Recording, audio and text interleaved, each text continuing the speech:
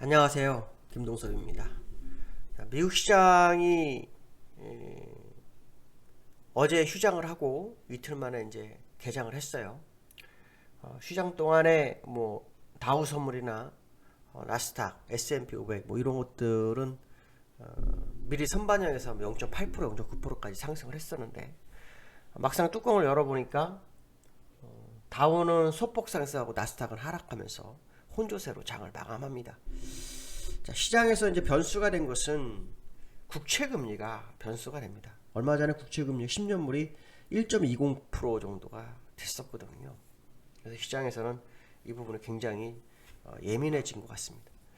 국채금리가 왜 중요할까요? 자, 재정정책을 행하기 위해서는 국채를 발행을 해야 됩니다. 국채를 발행을 하면 시장에 돈이 풀리는 것도 있지만 국채를 살 수 있는 사람이 들어가야 되잖아요. 그런 부분들을 계산하면서 이제 국채금리가 오르는 거죠. 그러니까 어떻게 보면 국채금리가 돈을 푸는 건데 한편으로는 돈을 걷어들이는 격일 수도 있는 거죠. 어쨌든 국채금리가 1년 만에 최고치가 되면서 시장에 부양책에 기대감이 있었는데 그 부양책이 발목을 잡는 게 아닌가 뭐 이런 생각을 해볼 수 있어요. 그래서 어저께도 경기부양책 기대감 뭐 이거를 또 반영하면서 주가가 상승 출발을 했고 본장 전에는 뭐 0.9% 다우 선물이 오르고 뭐 이랬었는데 발목이 잡힙니다. 국채금리가 올라가게 되면 그동안 이제 저금리로 자금을 유치했던 기업으로서는 상당히 부담되죠. 그래서 채권금리가 위협적일 수 있다는 거죠. 채권금리 올라가면 자금을 다시 유치하기가 굉장히 어렵습니다. 그러니까 이런 부분이 이제 시장에는 부담으로 한다. 자금을 유치 못하면 투자를 못하죠. 투자를 못하면 성장이 없는 거기 때문에 아마도 이런 부분들을 시장에서 조금 지켜보는 관계 상황이라고 봐셔야 될 것 같고요.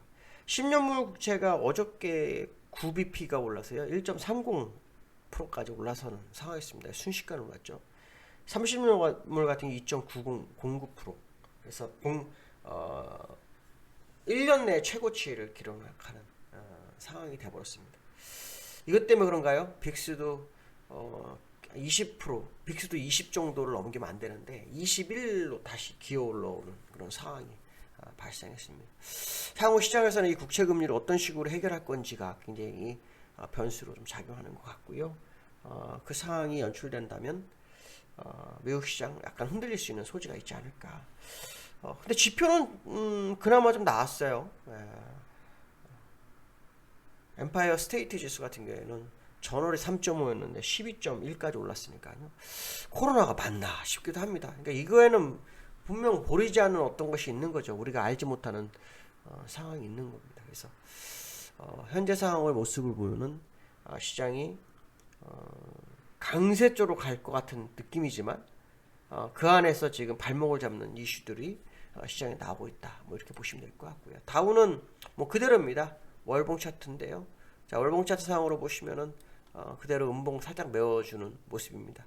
아직 이번 주까지 시간이 좀 남았죠. 이달까지 아직 시간이 남았기 때문에 결과를 미리 예측하는 건 아니다. 이렇게 보시면 될 것 같습니다. 두 번째로는 그 비트코인 얘기가 요즘 많습니다.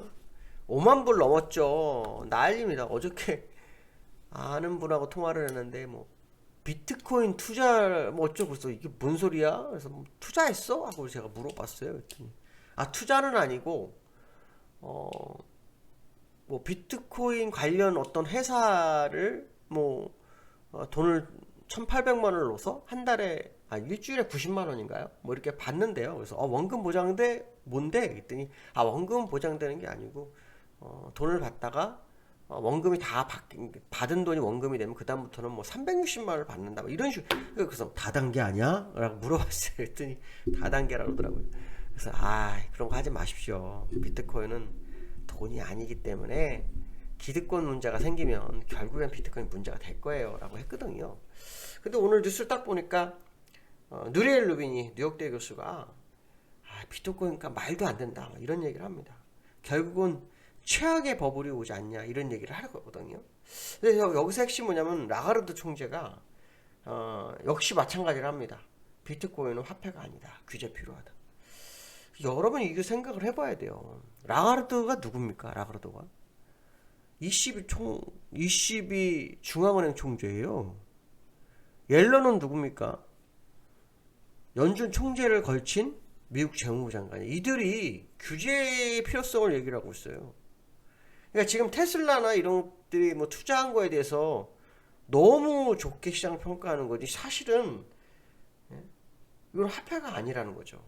도이체방크에서도 설문조사를 했답니다. 설문조사를 했더니 뭐냐면 지금 상황이 굉장히 심각한 상황이다.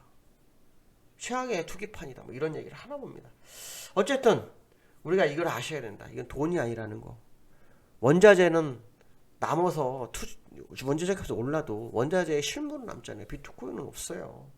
효율성이 없다라는 겁니다. 그러니까 이게 굉장히 중요하다. 그래서 비트코인을 왜 자꾸 제가 얘기할까요? 이건 어저께도 제가 그 머니투에서 방송에서 말씀드렸지만, 이 비트코인이라는 것이 모든 시장에서 제일 빠르게 오르기 때문에 기존 시장의 투자 마인드를 비트코인을 바라보고 있을 수도 있어요. 그러니까 무슨 말이냐면 비트코인이 꺾이지 않으면 시장은 간다, 이런 생각을 가질 수 있다는 게 사람의 심리 상태가 그런 거예요.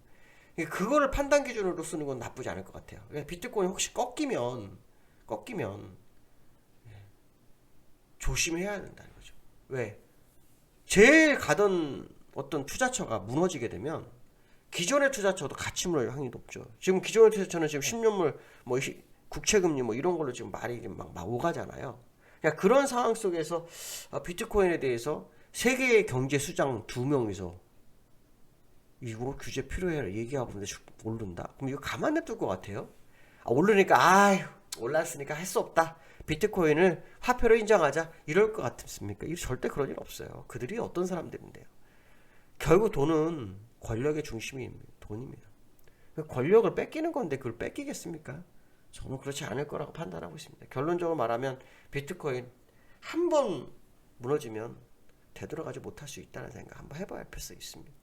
어쨌든 많은 사람들이 투자를 하고 있고, 뭐 테슬라 시가총액까지 되고 있다, 뭐 이런 얘기를 하고 있는데, 글쎄요, 저는 잘 모르겠습니다. 비트코인이 투자되는, 저도 사실 비트코인을 예전에 살 기회가 있었어요.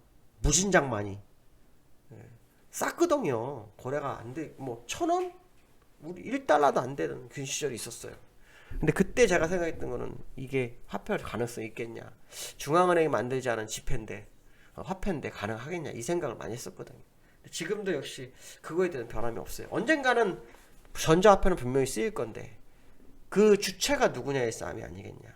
개미냐, 아니, 개인이냐, 정부냐, 그 싸움일 것 같다는 생각이 많이 듭니다. 그래서 지금 이건 어떻게 보면 튤립처럼 굉장히 위험한 투자가 아닐까라는 생각을 많이 해봅니다. 물론 이건 뭐 저는 투자는 하지 않습니다.